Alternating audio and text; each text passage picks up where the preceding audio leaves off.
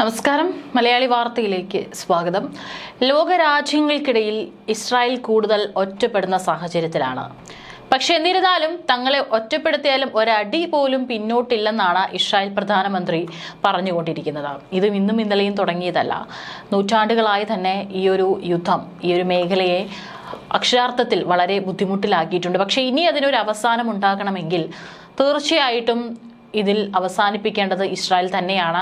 പക്ഷേ ഈ പറയുന്ന തങ്ങളുടെ ശത്രുക്കളുടെ അന്ത്യം കണ്ടതിന് ശേഷം മാത്രമായിരിക്കും അതിനൊരു അവസാനം ഉണ്ടാവുക എന്നുള്ളത് തീർത്ത് ഉറപ്പിച്ചിരിക്കുകയാണ് ഇസ്രായേൽ. പാലസ്തീൻ രാഷ്ട്രത്തിന് അംഗീകാരം നൽകുന്ന രാജ്യങ്ങൾക്കെതിരെ രൂക്ഷ വിമർശനവുമായാണ് ബെഞ്ചമിൻ നെതന്യാഹു രംഗത്തെത്തിയിരിക്കുന്നത്. ജോർദാൻ നദിയുടെ പടിഞ്ഞാറ് ഭാഗത്ത് ഒരിക്കലും ഒരു പാലസ്തീൻ രാഷ്ട്രം സ്ഥാപിക്കപ്പെടില്ലെന്ന് നെതന്യാഹു തറപ്പിച്ചു പറഞ്ഞു. ഇസ്രായേൽ ഗാസയിൽ സൈനിക നടപടി ആരംഭിച്ചതിന് ശേഷം 4 രാജ്യങ്ങളാണ് ഇതുവരെ പാലസ്തീനെ അംഗീകരിച്ചത്. ബ്രിട്ടൻ, കാനഡ, ഓസ്ട്രേലിയ എന്നിവയ്ക്ക് പിന്നാലെ പോർച്ചുഗലും പാലസ്തീൻ രാഷ്ട്രത്തെ ഔദ്യോഗികമായി അംഗീകരിച്ചതോടെയാണ് നെതന്യാഹുവിന്റെ പ്രതികരണം. ഒക്ടോബർ 7 ആക്രമണത്തിന് ശേഷം പാലസ്തീനെ അംഗീകരിക്കുന്ന നേതാക്കൾക്ക് തനിക്ക് വ്യക്തമായൊരു സന്ദേശമുണ്ടെന്ന് അദ്ദേഹം വീഡിയോ പ്രസ്താവനയിൽ പറഞ്ഞു. നിങ്ങൾ തെറ്റുകാർക്ക് വലിയ പ്രതിഫലമാണ് നൽകുന്നത്. ഇതാണ് നെതന്യാഹുവിന്റെ വാക്കുകൾ. വർഷങ്ങളായി താൻ ഈ നീക്കത്തെ തടഞ്ഞുവെന്നും സ്വദേശത്തും വിദേശത്തും കടുത്ത സമ്മർദ്ദം നേരിട്ടിട്ടും താൻ തന്റെ നിലപാടിൽ ഉറച്ചു നിൽക്കുന്നുവെന്നും അദ്ദേഹം കൂട്ടിച്ചേർത്തു. ഇത് സംഭവിക്കില്ല. ജോർദാന് പടിഞ്ഞാറ് ഒരു പാലസ്തീൻ രാഷ്ട്രം സ്ഥാപിക്കപ്പെടില്ല, നെതന്യാഹു ആവർത്തിച്ചു. 2023 ഒക്ടോബർ 7 ഹമാസ് നടത്തിയ ആക്രമണത്തിൽ ഏകദേശം 1200 ഇസ്രായേലികൾ കൊല്ലപ്പെടുകയും 250-ലധികം പേരെ ബന്ദികളാക്കുകയും ചെയ്തിരുന്നു. ഇതിന് മറുപടിയായി ഇസ്രായേൽ നടത്തിയ സൈനിക നടപടിയിൽ 65,000-ലധികം ഗാസ നിവാസികൾ കൊല്ലപ്പെട്ടതായാണ് ഹമാസ് നടത്തുന്ന പ്രാദേശിക ആരോഗ്യ അധികാരികളുടെ കണക്കുകൾ. ഇസ്രായേലിന്റെ വർദ്ധിച്ചുവരുന്ന സൈനിക നടപടികൾ അന്താരാഷ്ട്ര സമൂഹത്തിൽ നിന്ന് കടുത്ത സമ്മർദ്ദമുണ്ടാക്കുന്നുണ്ട്. സ്പാനിഷ് പ്രധാനമന്ത്രി പെഡ്രോ സാഞ്ചസ് ഏകദേശം €1 ബില്യൺ സൈനിക കരാറുകൾ റദ്ദാക്കിക്കൊണ്ട് ഇസ്രായേലിന് ശക്തമായ സന്ദേശം നൽകി. ഇത്തരം ഒറ്റപ്പെടൽ ശ്രമങ്ങളെ നേരിടാൻ ഇസ്രായേൽ ഒരുങ്ങണമെന്നും നെതന്യാഹു മുന്നറിയിപ്പ് നൽകിയിരുന്നു. നമ്മുടെ പ്രതിരോധ വ്യവസായങ്ങൾ തടയപ്പെടുന്ന ഒരു സാഹചര്യത്തിൽ നാം എത്തിയേക്കാം എന്നാണ് അദ്ദേഹം പറഞ്ഞിരിക്കുന്നത്. ഈ വെല്ലുവിളിയെ നേരിടാൻ ഇസ്രായേൽ കൂടുതൽ സ്വയം പര്യാപ്തമായ ഒരു സമ്പദ് വ്യവസ്ഥ കെട്ടിപ്പടുക്കണമെന്നും അദ്ദേഹം ആവശ്യപ്പെട്ടു. വരും വർഷങ്ങളിൽ ഈ ഒറ്റപ്പെടൽ ശ്രമങ്ങൾ ഇസ്രായേൽ നേരിടേണ്ടി വരുമെന്നും അദ്ദേഹം കൂട്ടിച്ചേർത്തു. ഈ സംഭവങ്ങൾ ഇസ്രായേലിന്റെ നയങ്ങൾ അന്താരാഷ്ട്ര തലത്തിൽ എത്രത്തോളം വിമർശനം നേരിടുന്നു എന്നതിന്റെ സൂചനയാണ്. പലസ്തീൻ ജനതയുടെ അവകാശങ്ങളെ അംഗീകരിക്കാനും സമാധാനപരമായ ഒരു പരിഹാരത്തിന് ശ്രമിക്കാനുള്ള ലോകരാജ്യങ്ങളുടെ നീക്കങ്ങൾക്കെതിരെ ഇസ്രായേൽ നടത്തുന്ന ഈ പ്രസ്താവനകൾ കൂടുതൽ അന്താരാഷ്ട്ര അകൽച്ചയ്ക്കും കാരണമായേക്കാം. ലോകം പലസ്തീൻ ജനതയുടെ അവകാശങ്ങൾക്ക് കൂടുതൽ പിന്തുണ നൽകുകയാണ്.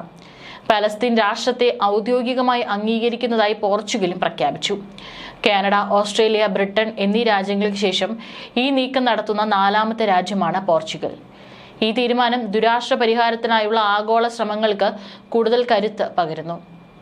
പോർച്ചുഗീസ് വിദേശകാര്യമന്ത്രി പൗലോ റാഞ്ചൽ സെപ്റ്റംബർ 21 വൈകുന്നേരം നടത്തിയ പ്രഖ്യാപനത്തിൽ പലസ്തീനെ അംഗീകരിക്കാനുള്ള തീരുമാനം ഇസ്രായേലിനെതിരെ ഉള്ളതല്ലെന്നും മറിച്ച് സമാധാനത്തിനും പലസ്തീൻ ജനതയുടെ സ്വയം നിർണയാവകാശത്തിനും അനുകൂലമാണെന്നും വ്യക്തമാക്കി. ഇസ്രായേലും പലസ്തീനും തമ്മിൽ സമാധാനപരവും ഫലപ്രദവുമായ ബന്ധം നിലനിൽക്കണമെന്നാണ് പോർച്ചുഗൽ ആഗ്രഹിക്കുന്നതെന്നും അവരുടെ നിലപാട് ഇസ്രായേൽ മനസ്സിലാക്കുമെന്ന് പ്രതീക്ഷിക്കുന്നതായും അദ്ദേഹം കൂട്ടിച്ചേർത്തു. പോർച്ചുഗലിന്റെ ഈ തീരുമാനത്തെ പാലസ്തീൻ വിദേശകാര്യ മന്ത്രാലയം സ്വാഗതം ചെയ്തു.